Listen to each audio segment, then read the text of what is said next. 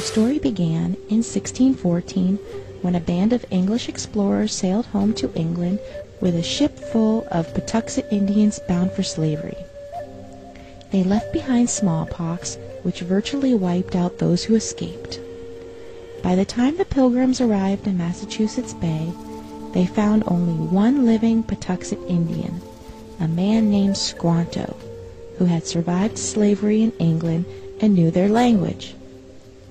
He taught them to grow corn and to fish, and negotiated a peace treaty between the Pilgrims and the Wampanoag Nation. At the end of the first year, the Pilgrims held a great feast honoring Squanto and the Wampanoags.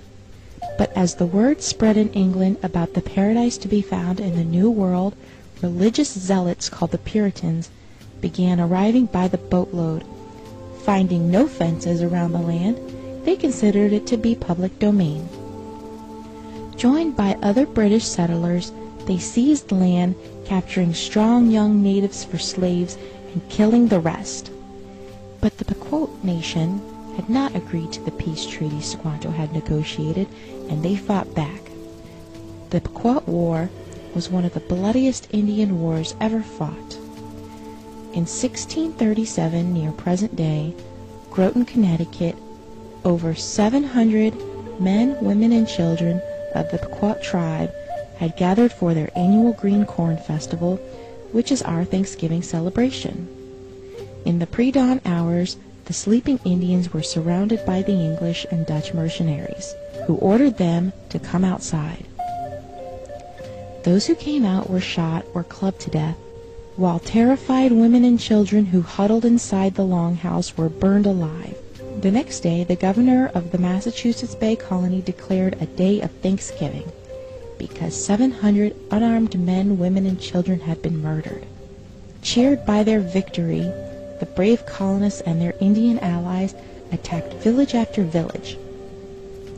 Women and children over 14 were sold into slavery, while the rest were murdered. Boats loaded with as many as 500 slaves regularly left the ports of New England. Bounties were paid for Indian scalps to encourage as many deaths as possible. Following an especially successful raid against the Pequot in what is now Stamford, Connecticut, the churches announced a second day of Thanksgiving to celebrate a victory over the heathen savages. During the feasting, the hacked-off heads of the natives were kicked through the streets like soccer balls. Even the friendly Wampanoag did not escape the madness. Their chief was beheaded and his head impaled on a pole in Plymouth, Massachusetts, where it remained on display for 24 years. The killings became more and more frenzied, with days of Thanksgiving feast being held after each successful massacre. George Washington finally suggested that only one day of Thanksgiving per year be set aside of celebrating each and every massacre. Later, Abraham Lincoln decreed Thanksgiving Day to be a national legal holiday during the Civil War. On the same day, he ordered troops to march against the starving Sioux in Minnesota. The story doesn't have quite the same fuzzy feeling associated with it as the one where the Indians and Pilgrims are all sitting down together at a big feast. But we need to learn our true history so it won't ever be repeated. This Thanksgiving, when you gather with your loved ones to thank your Creator for all your blessings, think about the people who only wanted to live their lives and raise their families. They also took time out to say thank you for all their blessings.